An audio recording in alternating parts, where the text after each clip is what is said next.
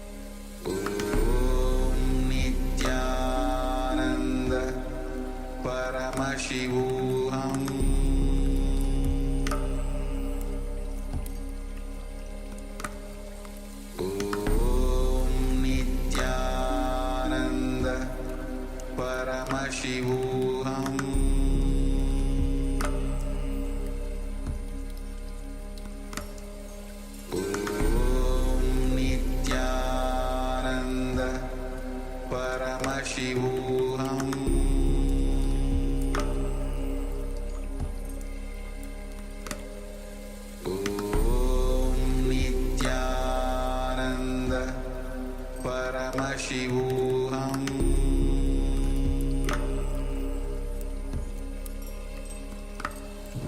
Om Nithyananda Paramashivoham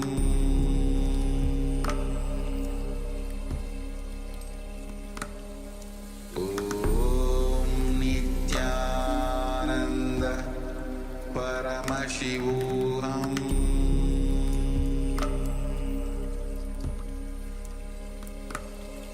Om Nithyananda Paramashivoham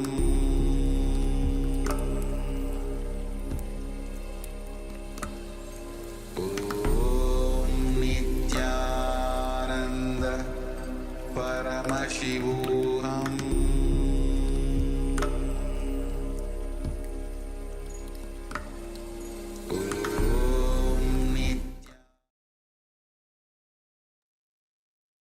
Yes, you can relax now. Slowly, very slowly, you can remove your eye band. Gently let the light come back into your eyes. And once the light has readjusted for your eyesight, while it's still fresh in your mind, share with us what was revealed to you.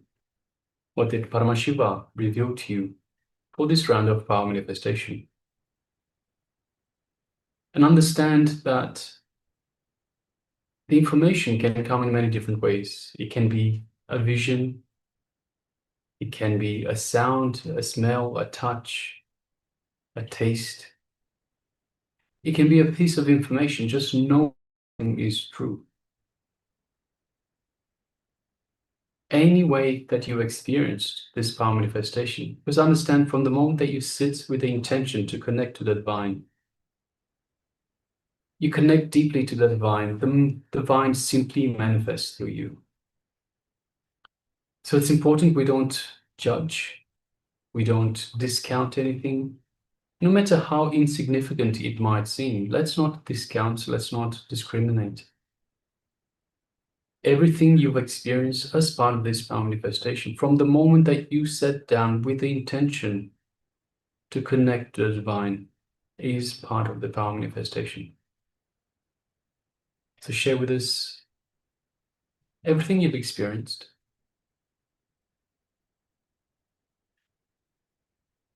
So we have a sharing from Matthew Iyer that says, Paramashiva showed me in a dark blue light of the palm trees outside and maybe ocean and people gathering. Yes, thank you very much for sharing, Iyer.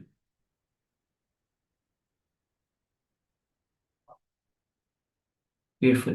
So if you have any more details to add, you can always go ahead and add a little more details if something you are still able to cognize or still you are remembering.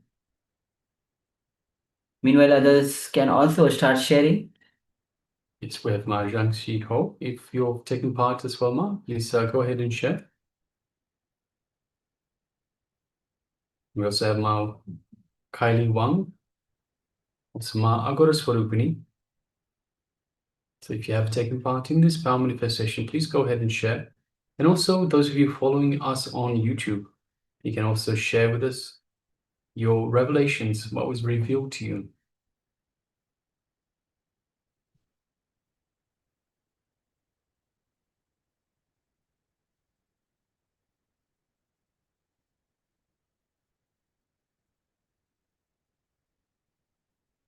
So it's requesting everyone to take a moment and share while we prepare ourselves for the verification stage.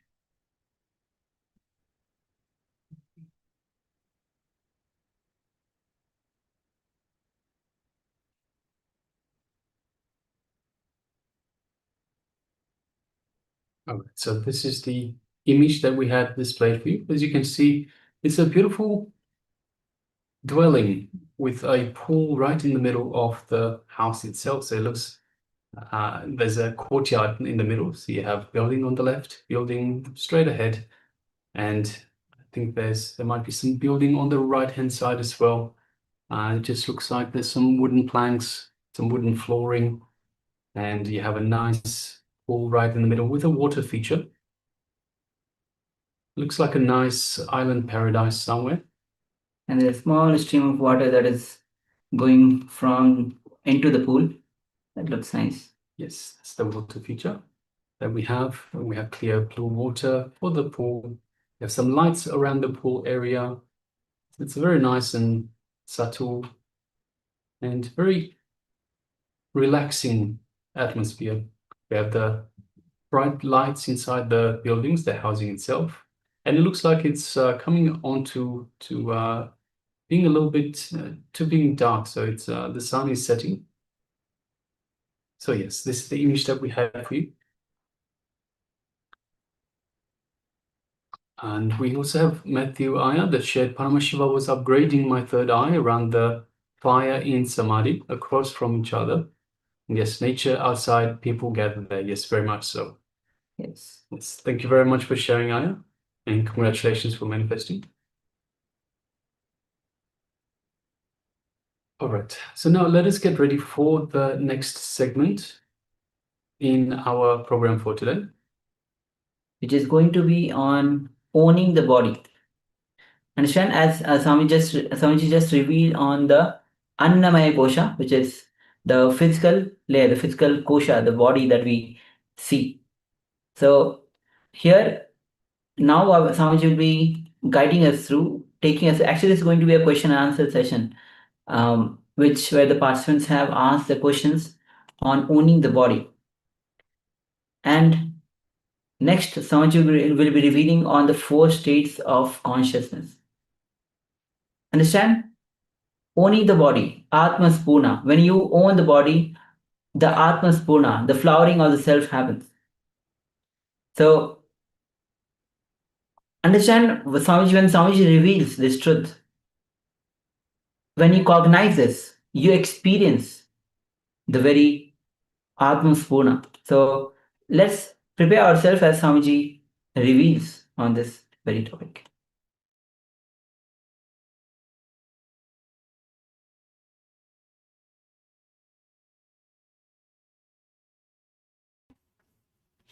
Since you are enlightened, do you plan to be born again in this world of matter? And no, I decided I will not take one more birth. Enough. I'm going to live quite a long time this time. I created the body to live for a long time, but I'm not going to come back once more. Can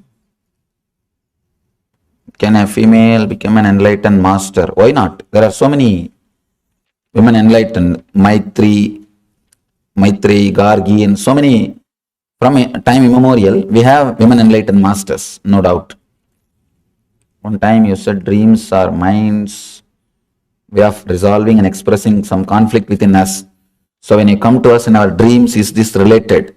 Is this our doubts expressing? Is this not related to conflict? If you see me in your dream and if you are able to remember me in multicolor, when next day morning when you get up, if you remember me, you remember the dream full of 4 color, multicolors, colorful, then it's my darshan. If you are not able to remember with color, just try to remember. Did you see the color of my cloth? Or just it's the black and white? If you have seen the color of my cloth, if it was colorful, then it is my vision. If it's my darshan. If it was not colorful, then it is not my darshan. It is just a thought. It's just a dream. That's a scale. You wanted to any spiritual dream. Spiritual dream will have a strong impact on your inner space. You will be able to recollect like a movie. But ordinary dreams, you will not be able to recollect like a movie. It will be just vague. I had a vision of a couple of animals while doing the meditation. Does that mean that I have taken those bodies? Yes, sure. If it was a clear vision, it was a vague or a strong clear vision, clear picture. Literally clear picture. Then surely it's a samskara. It means that those engrams are coming out. It's like your prarabdha is like a Pandora box. When you open it, one layer by layer, it will come out. So you are really opened. Good. Good job. If you had at least one violent experience that for a few seconds you lost the idea that you are a man, then successful. You have done it. You have done it. See, the purpose of this whole 2-day workshop, I have an idealistic goal, one thing, an actual goal, there is another one thing. Idealistic goal is you getting enlightened. But actual goal, I know to what extent you will do. The technology itself is powerful enough to make you enlightened. But your capability to experience the technology, your capability to put yourself into it, with that I have a practical goal, at least complete rejuvenation and the engrams which you use in day-to-day life, healing that. The engrams with which you suffer day-to-day life, like a simple basic diseases, insomnia, tiredness or chronic fatigue, basic diseases, healing you out of that, the addictions, and giving you the intense, the joy or the excitement. See, the physical and mental healing is the practical goal. At least this will happen. But the ideological goal is enlightenment. So this is the idea behind the whole program. This opening, feeling, at least for a few minutes, disconnected from the identity that you are a man, you allow at least the basic engrams which are constantly erupting in your life and attacking you, which comes out the moment you lose your imbalance. Usually you lose your balance little in anger or lust. During those moments, those engrams will just come out first. Those layers will be healed. Even that will do so much of benefit. That will take care of you so much. That is the purpose. So even for 2-3 minutes, you did not remember at all that you have a human body. You have done it. We have done the meditation for quite a long time, but at least 2-3 minutes, if you have done. Okay. I had also feeling like an eagle and all kinds of other things, and goats and all kinds of other animals. I had a very intense experience. Beautiful. Experiencing the monkey. And it was the only animal that I really experienced intense aggressivity. Means that your past, when you took the jump, see, past means it need not be just your last birth will be monkey. No. Last birth can be human being, but the jump which you took, the last, you might have taken 3-4 human births also. Now it may be 4th human birth. But from the, just before the human birth, monkey would have been the body. You have lived. You would have lived. Yes, and what then happened is that I got really aggressive, like so aggressive, and I started to like really like, beautiful. And I was like, okay, I'm going to just like let it go. I'm just going to let it go. Till I felt I was come the last drop out of me. And then after that, it was like finished. Beautiful. You will see now, again, when you become angry or when you are possessed by lust, you will not have violence. You will not have that animal thing. You will have a grace. You will have grace. Actually, in our ashram, big problem is these fellows don't respect even if I become angry. Even if I shout at them, they go behind and talk. He looks very cute even when he shouts. Now these guys talk very clearly behind. See, you will not be able to have that violence. That will be lost from you.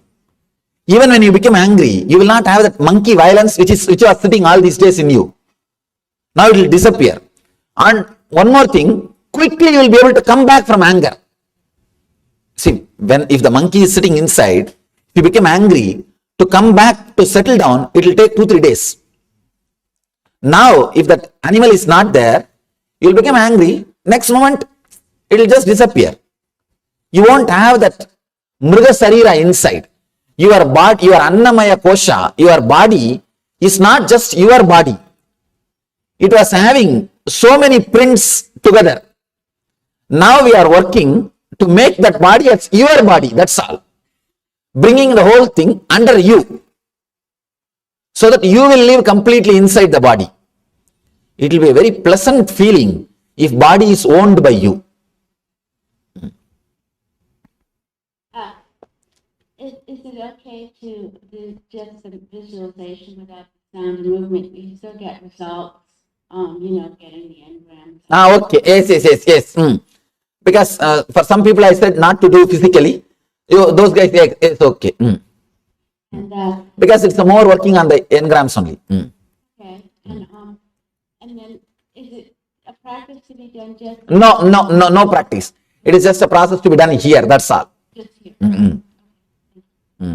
But we will be working on the same in a deeper level by tomorrow. The animals that he ate in the past. No. Animals which you ate will not be there. You see, the suffering. No. The suffering of the suffering recorded in that animal's body, that suffering will be there in your body. The animal samskara itself will not be there. Whenever an animal is killed, it leaves a tremendous suffering. You see, you are not eating the beef or a cow which has died naturally. You are eating after killing. So it's naturally a premature death for that animal. It is being killed. So it leaves a tremendous suffering and depression, a feeling of unfulfillment in that flesh. So when you swallow those things, naturally those same feelings will be recorded in you, but the quality of that animal will not be there. And I have seen really vegetarian people are less prone to depression. See, I am not for vegetarian because no vegetarian company is sponsoring me. I am not sponsored by any vegetarian food producers or companies. From my experience, I tell you, I have done enough of research in the human consciousness, worked with more than 1 million disciples. So, I can tell you, surely the vegetarian food helps you, even if you are not a spiritual seeker, even if you are not a person who is interested in spirituality, even to live a normal life, vegetarian food does a big help. Swami, I just wanted to know, when we were doing that exercise, it was powerful. What is your part in that exercise? My part, to open up. See, there are many strong, hard nuts, to crack them. That's the first thing. Second thing, those karmas which is released, it has to disappear. Understand? And moreover, those vacuum spaces which you are creating by releasing will be filled by my presence. Understand? It's a very esoteric process. Usually when I explain this esoteric process, it seems like I claim too many things. So better let me not claim, let the experience happen. Even the thing which I claimed today morning that I am enlightened, I think few people are hurt. I saw 1 or 2 questions. Why did you say, you could have allowed us to say? You can't understand. Very clearly Krishna says in the Gita, unless I tell about me, you can't know. You will not know. Whatever you know about me is less.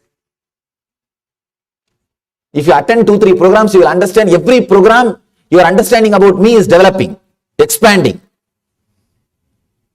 The first level program, second level program, you just try to attend 2-3 programs, you will understand, your understanding about me expands. Krishna says very clearly, unless I tell about me, you can't know, you will not know.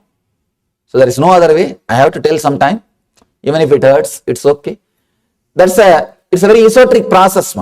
See, now as on before the meditation, you have the animal parts inside you, those engrams and vasanas. Now that will come out, and the possibility of having an enlightened body will be recorded. So that the moment you decide for the next body, when you have the choice to decide the next body, design the next body, you will design to be an enlightened master. You will ask for the best model.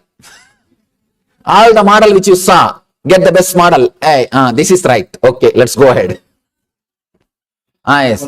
Yes. Speaking on the food, how about plants? We kill plants to eat.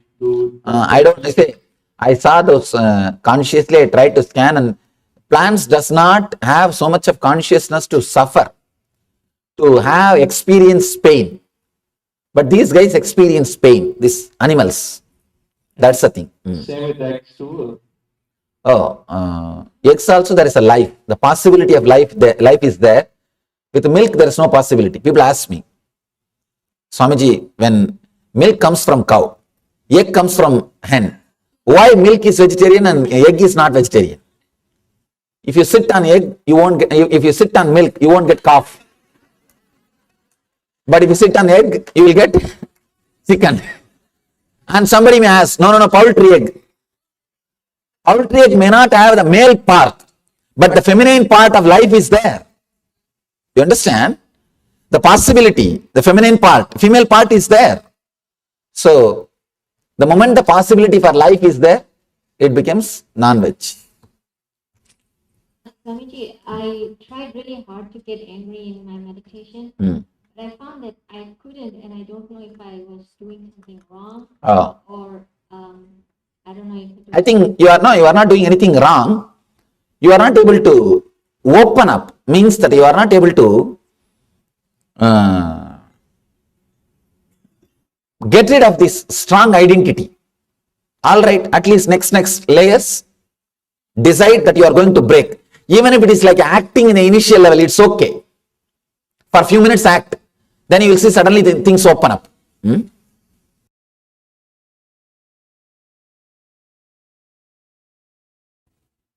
Let's enter into today's sutra.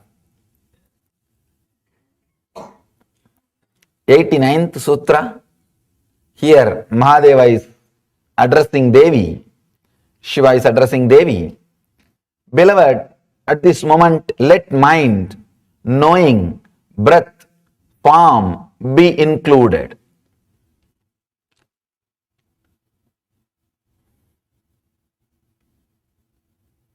One more Ananda Sutra.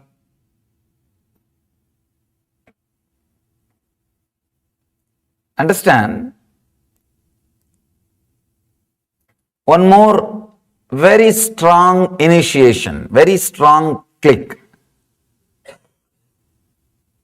When I say click, just logically, if you allow this word to go inside, that is enough. That will shake your whole logic. With a simple logic, whatever you understand, with that understanding, if you allow this understanding to go inside, it will shake all the other understandings. It's like it will completely loosen up the programming, a conditioning which you did to yourself or which society has done to you. Beloved, at this moment, let mind, knowing, breath, form be included.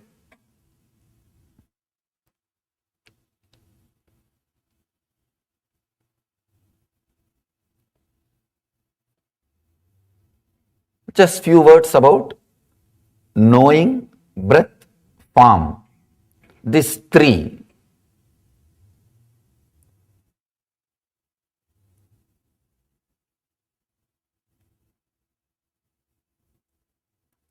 You have three levels of body. Of course, all the great masters of Vedic tradition emphasized on understanding of this Dehatraya, three bodies which you carry. The physical body which you are carrying now and experiencing this physical world. Second, the dream body which you carry in the dream state and through which you experience the dream world. Third, Sushupti, the deep sleep state. In that, the body and the world both are one and the same. Here, in the waking state, the body and the world, distance is more.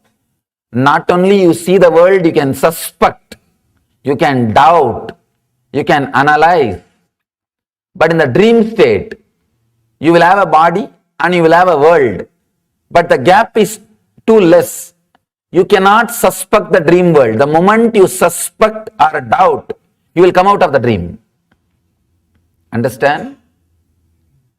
In the waking state, you can suspect, logically analyze, doubt.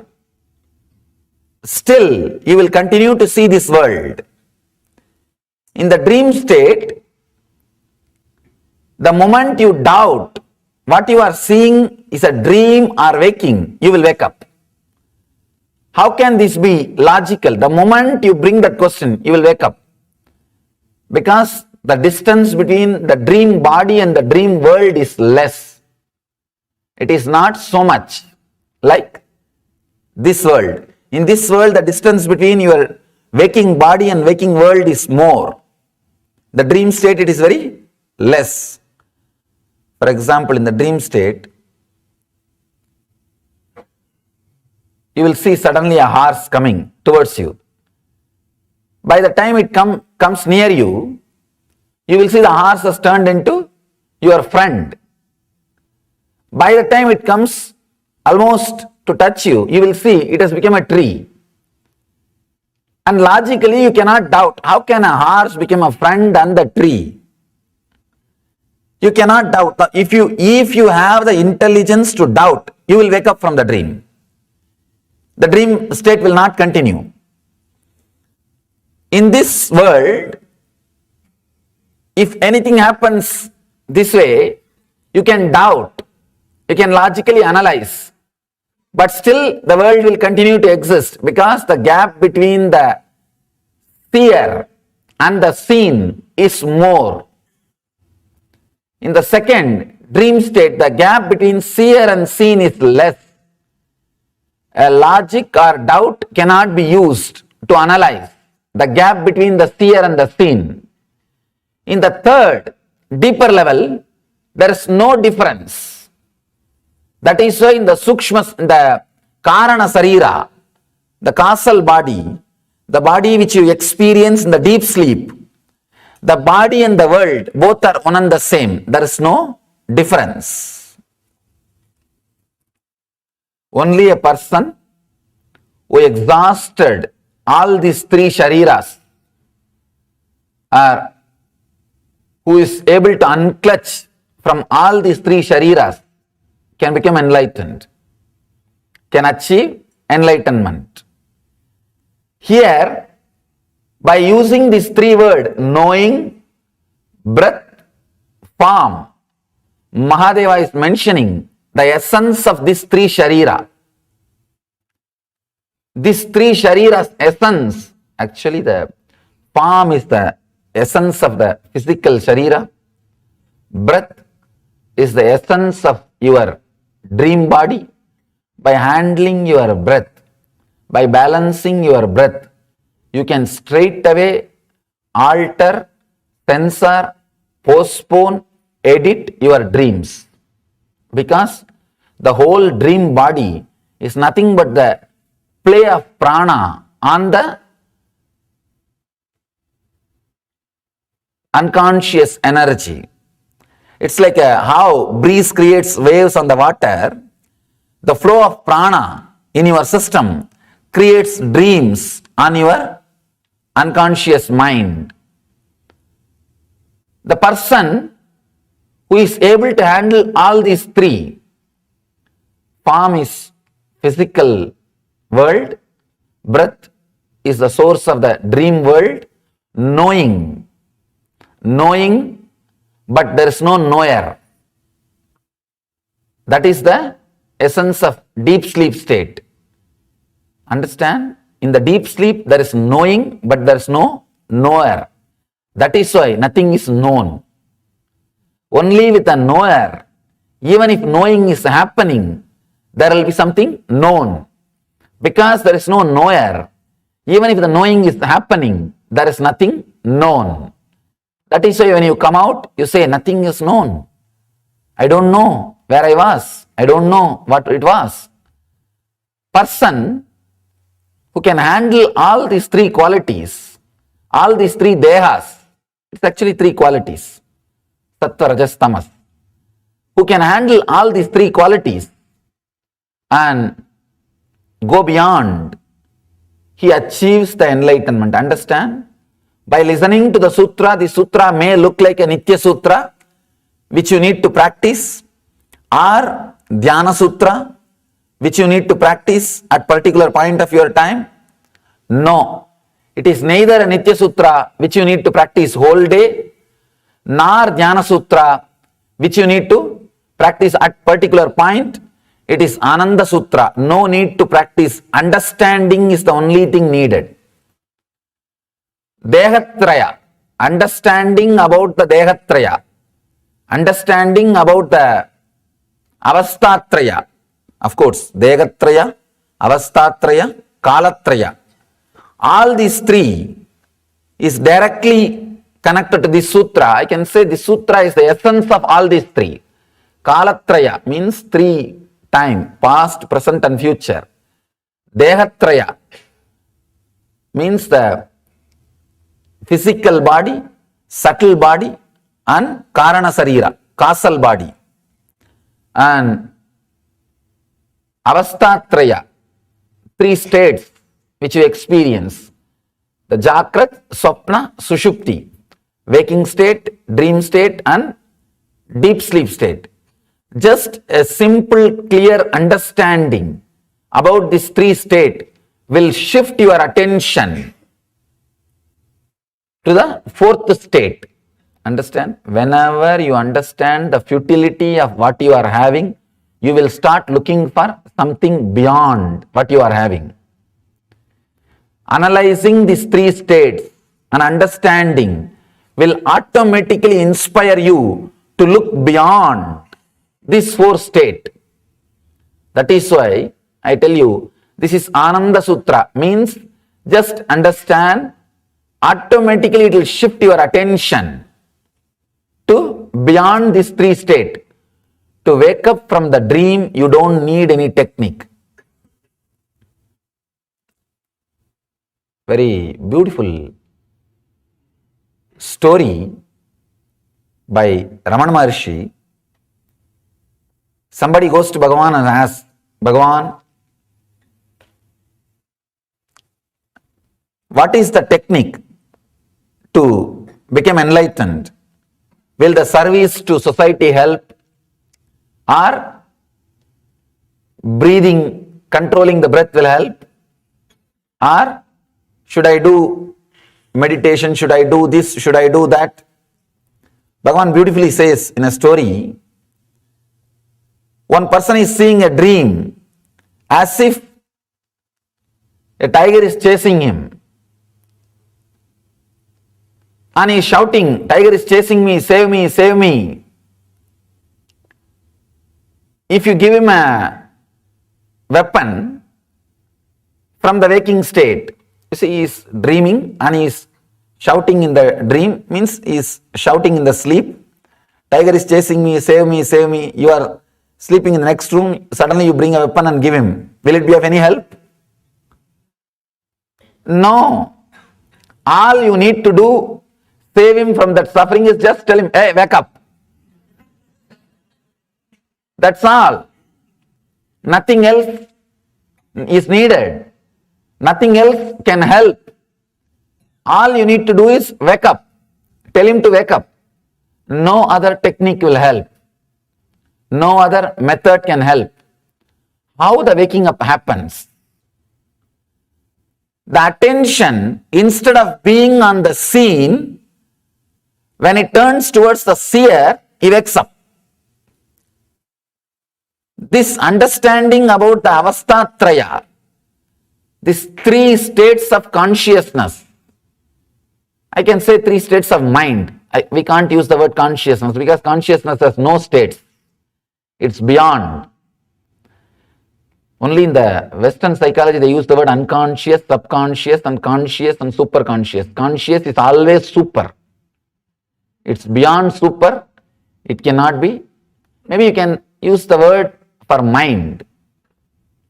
If you understand the three states of the mind, Trivikalpa, your whole attention will turn towards the seer and the awakening will happen automatically. Understand? Only a person who has crossed all these three before leaving the body is enlightened. There are very few rare souls who leave the body after exhausting all these three, but even after that they descend. They assume a body. They are called incarnations, avatara. Understand? Based on the state in which you stayed most of your time, that is the state will automatically erupt when you are leaving the body. If you stayed most of your time in the waking, clear state, if that was the strongest experience of your life, that was the essence of your life, you will see when you leave the body, only that will come up. If dream state is the state you spent most of your time, or you feel that is the essence of your life, that will come up if you leave, when you leave the body. If deep sleep state was the real experience you enjoyed, most of your life you spent only in that state, then naturally when you were about to die, you will fall into coma. Understand? Based on the person's death, we can say how he lived. If a person can leave the body consciously, he lived consciously. The majority of his life was conscious, means in the waking state. Understand? All the time you are able to move your body and mind as you want, do not think you are waking state. No. Many times you will be driving, but you do not know in which road you are driving. Only when you reach your office and park the car, suddenly you remember last 30 minutes you drove. At least 200 decisions you would have made to drive, right, left, stopping in the red signal. 200 decisions you have made without being aware you are driving. You are doing something.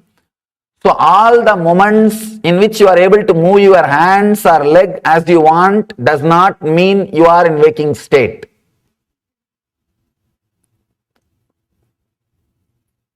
Second, the dream state. If you lived most of your time in the dream state, means daydreaming and night dreaming.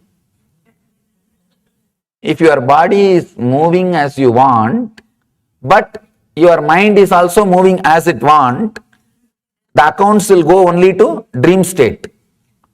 That hours cannot be considered as a waking state. The person who spent most of his time in dream state, you will see him talking, blabbering, uttering some illogical words before he dies. Not only that, he will fall into the dream state and leave the body. And the person who lived most of his time in the deep sleep state, potato couch we call, who did not do anything else except eating and seeing the TV. And this kind of people, they naturally land in coma before they leave the body, and leave the body unconsciously. Only a person who lived, understood and left all these three bodies relaxes into enlightenment. Very rarely person who has become enlightened again lands in the body out of deep compassion and love. That is what we call avatar incarnations. Person who died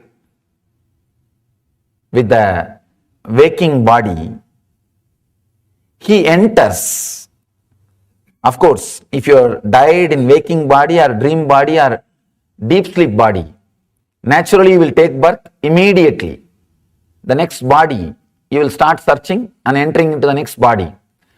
Person who died in the waking state, with the waking mood, he will enter into the body, he will enter into the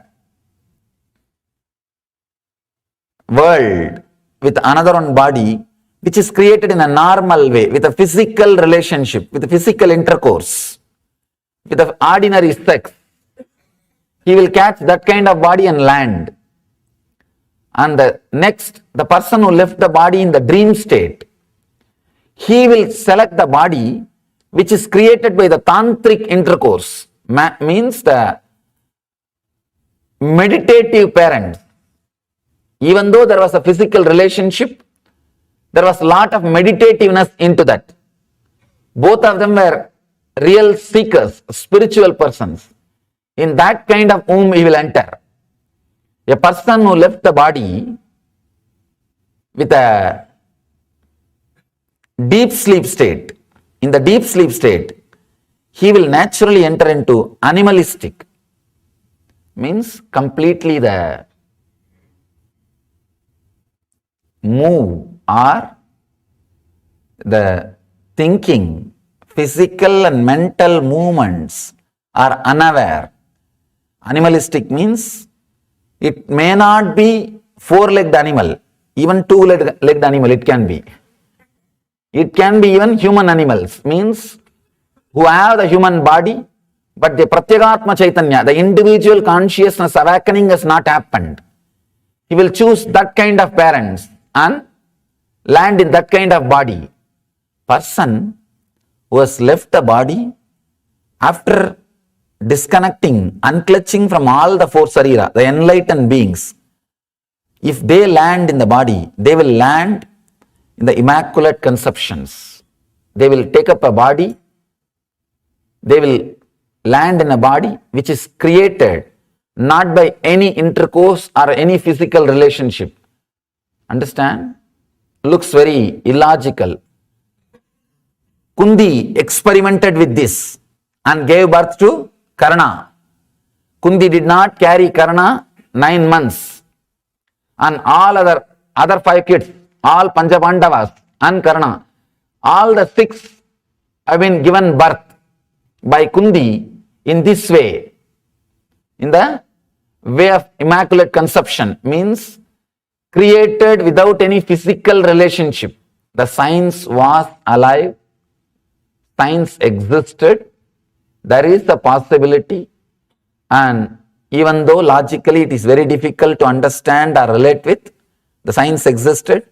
Even now, the incarnations, people who are left after enlightenment, left the body after enlightenment, they land this kind of sariras. There may not have been any physical relationship, but suddenly the body will start getting created in the mother's womb and the child is there. If you see even the modern day incarnations like Ramakrishna, when Ramakrishna took birth, his father was too old.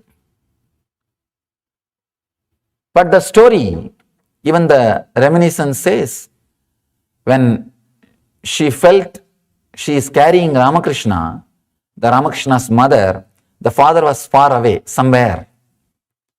It's like from a Shivalinga, a light entered and she knows she is carrying a child now. Understand, person who left the body beyond all these 3 shariras lands by creating a body which is not related to any physical relationship. May not the physical relationship exist, but he knows how to create a new body and he lands in the superconscious body. Very difficult for a logical Western mind to relate with. The whole Christianity is taunted, made fun of, what not. It went through so much of problem just because of this one concept, the Immaculate Conception. Of course, to understand is there is something beyond our understanding. If we have that much of passions, look into it, try to understand, otherwise at least relax from it. The essence of what I try to tell you, understand all these 3 layers, understand all these 3 shariras and look into it. The moment you understand, your whole attention will turn towards the seer. It will neither be in the knowing, nor be in the breath, or be in the form.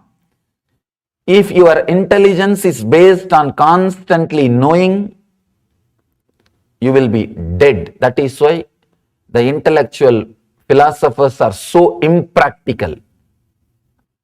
Because most of your energy will be centered, most of your energy will be mined in the Karana Sarira, the Sushupti, deep sleep state. That is why the more you become intellectual, a greater philosopher you become, the connection with the reality is disconnected. You become so impractical. A small story. Few philosophers have been arrested and put in jail. And all of them somehow, because no other way, started agreeing on one point that all of them should escape. For that agreement, I don't know how many months discussion went on. And they planned, developed some plan, understanding. They even went up to the level of making a duplicate key. Made a duplicate key also. This much work being done by group of philosophers is unimaginable. Miracle by itself. I always tell people, 1 head, 1,000 hand, work will be done. Philosopher means 10 head, no hand. If there are 1 or 2 hands, they will be beating each other. They will be fighting with each other and beating each other. And no hand will be left to do any work. Anyhow, these guys went up to the level of making a key.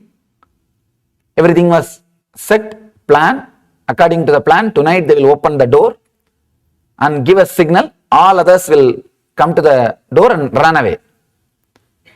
2 people, they went. Not only they did not give any signal, they did not come back also. These guys are waiting. After 2 hours, they slowly came back, tired, sweating. All these guys asked, what happened? These 2 philosophers who went to open the door and they are supposed to give signal for other guys to escape. They came back and said, no, I think we need to drop the plan. Today we cannot escape. These guys asked, why? The fools forgot to lock. Understand? Philosopher cannot be spontaneous. Everything has to be according to the plan. And even if 1 line in the plan is missing, over. Nothing can be done. Too much away from practical realm, practical reality. They can never be practical. That is why traditionally the Lakshmi will never be near Saraswati. The wealth will never get accumulated with the philosophers because they will become too impractical. For wealth, you need to be completely practical, like a Krishna. But the philosophers more and more become like a Brahma. Too much away from the reality. That is why not many temples. He's sitting in somewhere and something is doing, finally ends up creating this messy world. Anyhow, too much of head moves you away from the practical reality, moves you away from the exact truth. That is why knowing, if you are centered continuously on knowing, most of your energy will be blocked in the deep sleep, Sushupti Sarira. The second, understand? Always logical people think they are very intelligent. They think, that's all. Not. Logic means what? Analyzing, segregating. And when you can't segregate, when you can't dissect, when you can't analyze anymore, that part you call yourself as a specialist in that part. In India, if you even get some specialist for one organ, for eye or a dentist or any lungs, that itself is a big thing. Here I saw even in the one part, there are specialists even for inside, for eyes, right eye, left eye. And inside the right eye, there is so many specialists. Analyzing. And finally, when you can't analyze anymore, call yourself as a specialty of that part. Specialist in that part. That's the logic. Understand, in the Vedic tradition, logic is not dissecting or analyzing, it is integrating and evolving. Integrating and evolving. The whole language is different. If you are knowing based, most of your energy will be inside the Sushupti. Because for knowing, you need only logic, no need for visualization. With visualization, you will have intelligence, not intellect. Here Mahadeva says only about intellect.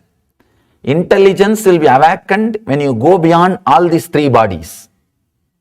Not with any one of this body.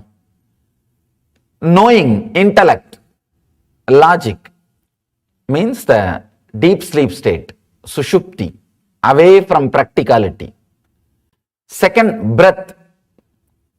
Understand one important thing about breath. When you are aware, it leads you to the more and more awareness and becomes the key to open solutions from the problems. Understand? Many people come and ask me, Swamiji, what is the solution for this problem, that problem? Today somebody has put a question, a long assuming supposed question.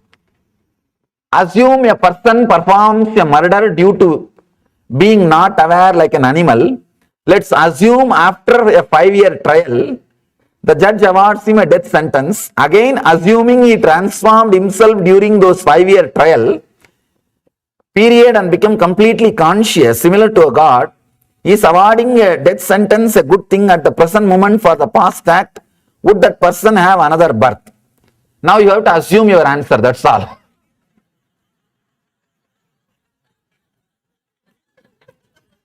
Understand? Many people come and ask me like this assumed questions. I always tell them, understand, if you are assuming questions, two things. Either it is your problem and you don't want to tell it is your problem.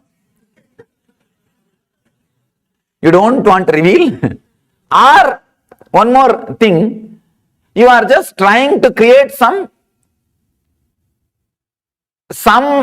questions.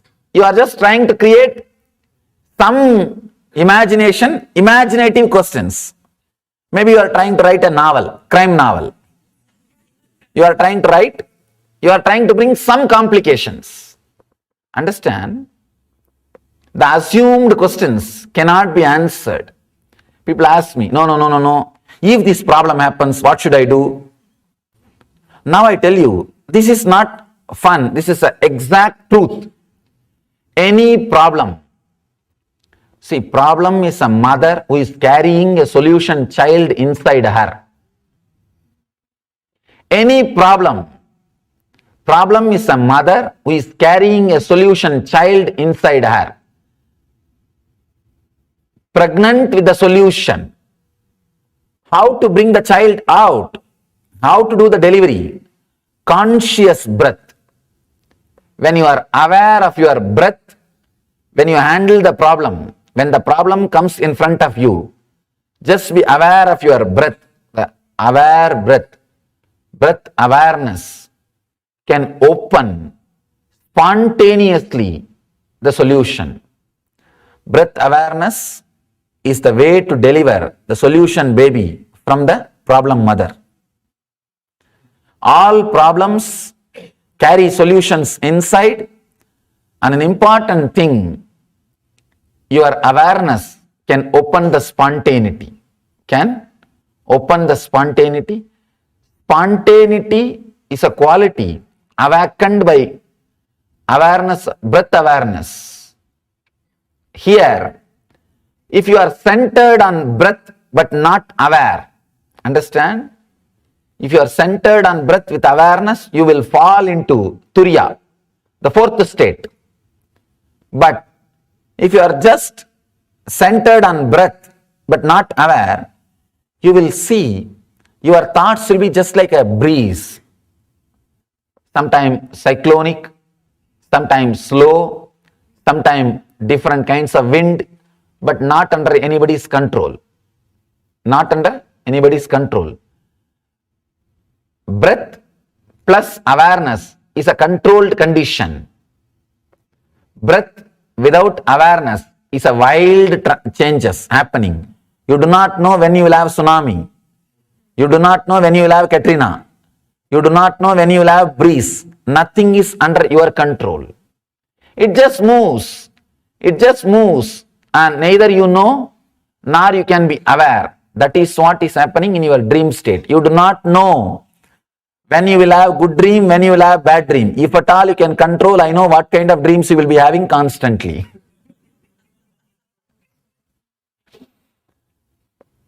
You do not know when a snake will chase you, when a lion will chase you, when an elephant will chase you, when your spouse will chase you.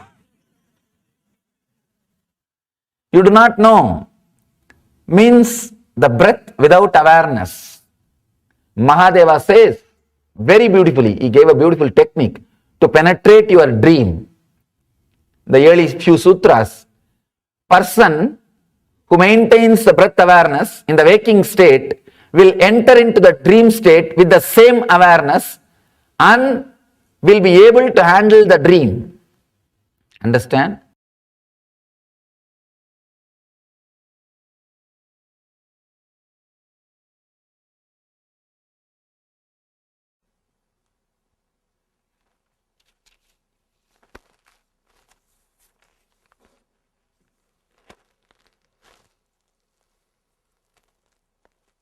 I am aware that each moment I am choosing to be unclutched as opposed to choosing to run with the thought of the moment. It is not opposed to the choosing to run with the thought of the moment. Be very clear. Sometimes even when you are unclutched, you may run with the thought. It's not against. Can I say my strongest desire is to be unclutched? Therefore I am choosing not to attach to the thought of the moment. Or by stating this as my strongest desire, does this desire become a shaft? Naturally this desire will become a shaft. As on now, unclutch. Don't even have the desire to unclutch. This itself will constantly help you to unclutch yourself. When I go inside into the, and one more thing, many times you will be even unclutched from the unclutching. You will start thinking, when you are unclutched, don't think, oh, last time I was unclutched, now I suddenly started clutching. Don't even create that clutching. If you are unclutched, be unclutched. If you are clutched, be clutched. That's all. Why do you bother? Let you be liberated even from being unclutched. And this is really shocking. But anyhow, I decided to shock you. When I go inside into the gap, the space between breaths, your thoughts, I start getting a feeling or thought that I am superior for being able to do this. This is a piece of my interior identity. How do I surrender the inside identity? That feeling will automatically go away. Sometimes these yogic powers you get, but that will automatically go away. Don't worry. Suppose someone has a real life problem, say a car that needs $2,000 repair. This person does not have the money nor know how to get the money. How is a problem with no known solution dealt with without creating a new shaft? Is it best to wait for a solution to present itself? If you just wait, the solution will automatically present itself. Alright, by clutching you think you will be able to solve the problem? You can't.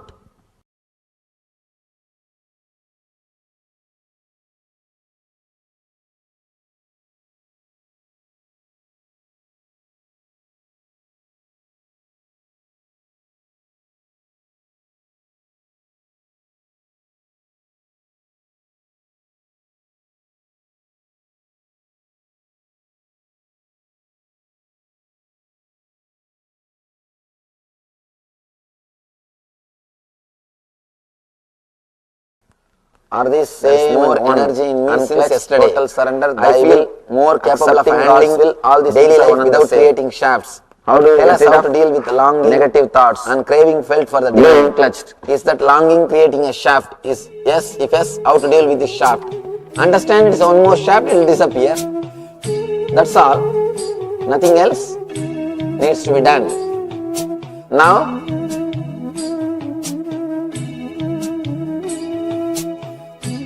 let's enter into the Manomaya Kosha, little deeper level. Now, you will straight away unclutch from the words. You will neither bother about body nor bother about prana. You will straight away work on the thoughts. Please sit straight. Close your eyes.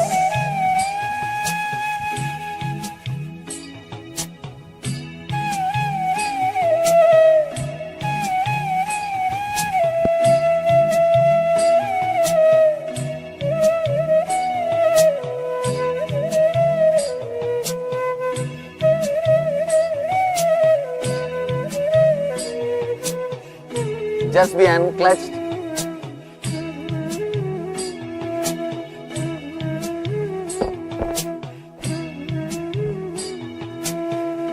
If thoughts come, let it come. If they drop, let it drop.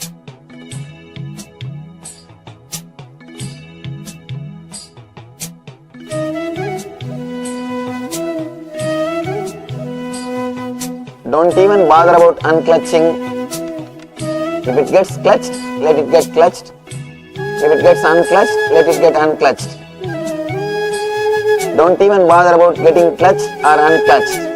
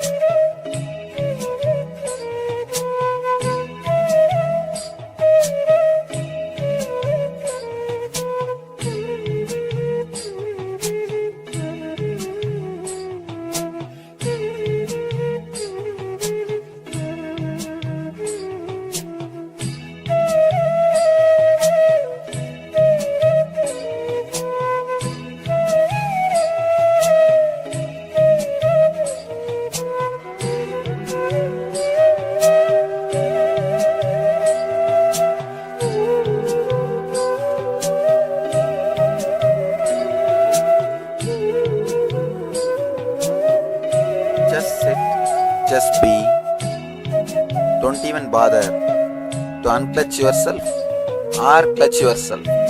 If it is getting clutched, let it get clutched. If it is getting unclutched, let it be unclutched.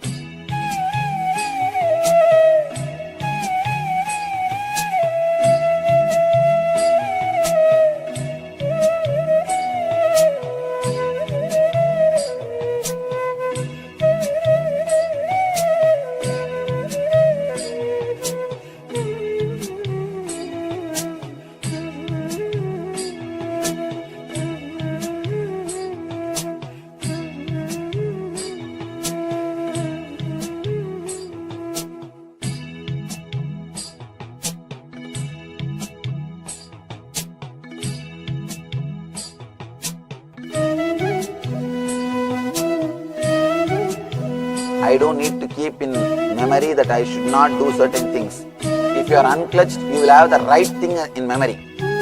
Files will be completely stored. If you are clutched, only your pains will be stored. Your joys will not be stored. Only your negative things will be stored. Positive things will not be stored. Let you be very clear. If you want sharp memory, let you be unclutched. My sharp memory I attribute to unclutching only. Because I am unclutched, see, as on now, your hard disk is filled with high resolution pictures. Means all the memory associated with emotion. Memory associated with emotion means your hard disk is filled with high resolution pictures. It will naturally crash. You will not be able to retrieve or handle. You can't store too much. When you are unclutched, you will store only Word document. You can store lot more than the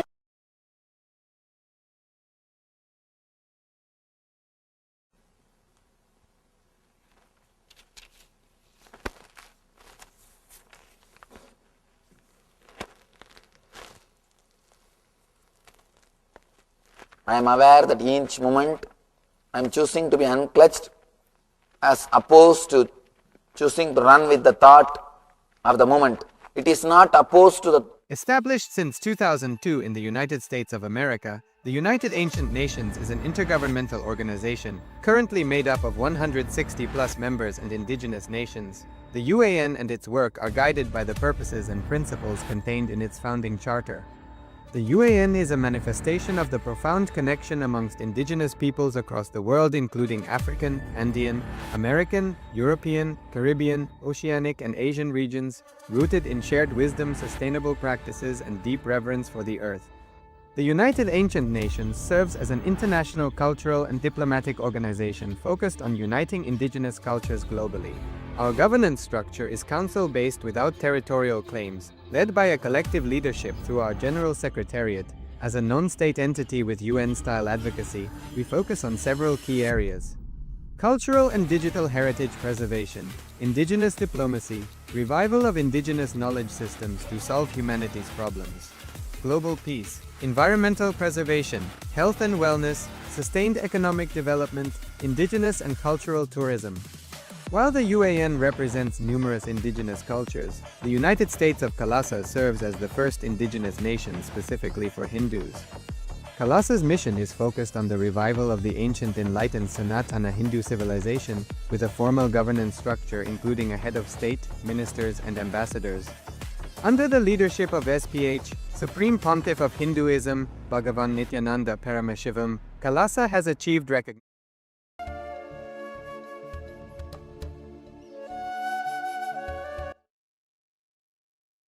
Nityan, all of you. So, unclutching. Unclutch from every moment. That's the keyword Swamiji has given, Mahavakya that Swamiji has given for all of us. Unclutch. Just unclutch. So now, as we enter into the power manifestation, power of seeing pictures but blindfolded. So with Acharya will be projecting an image on your screen. So through the power of third eye, see every single detail of the image that is being revealed to you. Again, just be in the space of unclutching. Unclutch. Do not engage with any other thoughts. Do not get carried away in your thoughts. Just be in the space of unclutching. Invoke Swamiji's presence. Cover your eyes now. You can cover your eyes. Understand? When you are in oneness, when you connect with Swamiji, when you are in oneness with Swamiji, you start manifesting this power of third eye. So let's get ready. If you have not yet covered your eyes, please cover your eyes.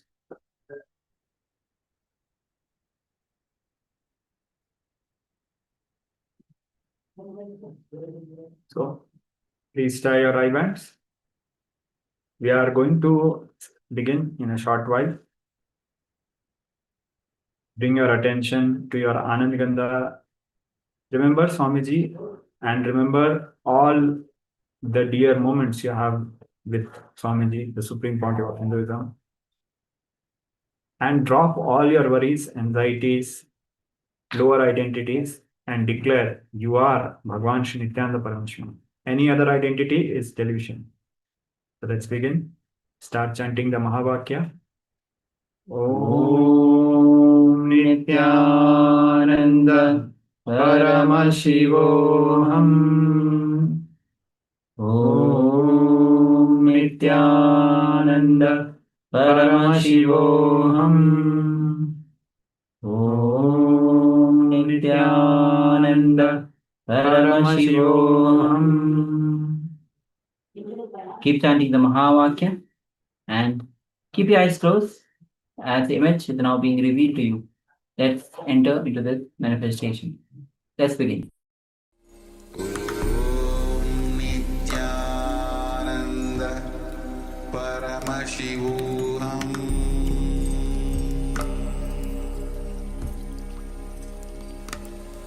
Om Nithyananda Paramashivoham.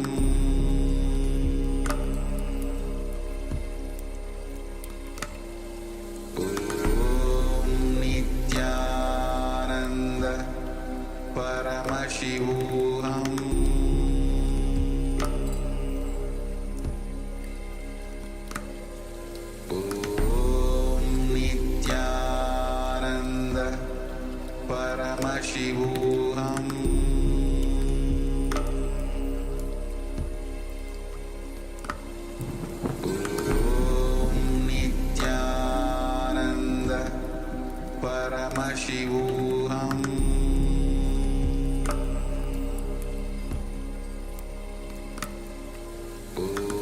Om Nithyananda Paramashivoham. Om Nithyananda Paramashivoham.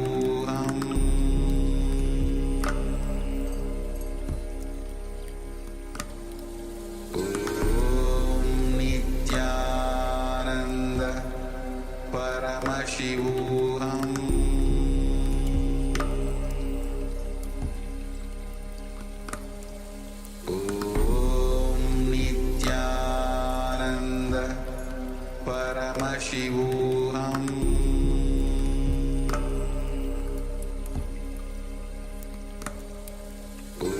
Om Nithyananda Paramashivoham.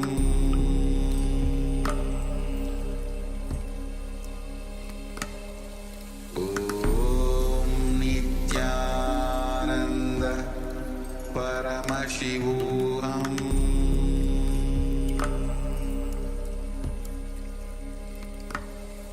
Om Nithyananda Paramashivoham.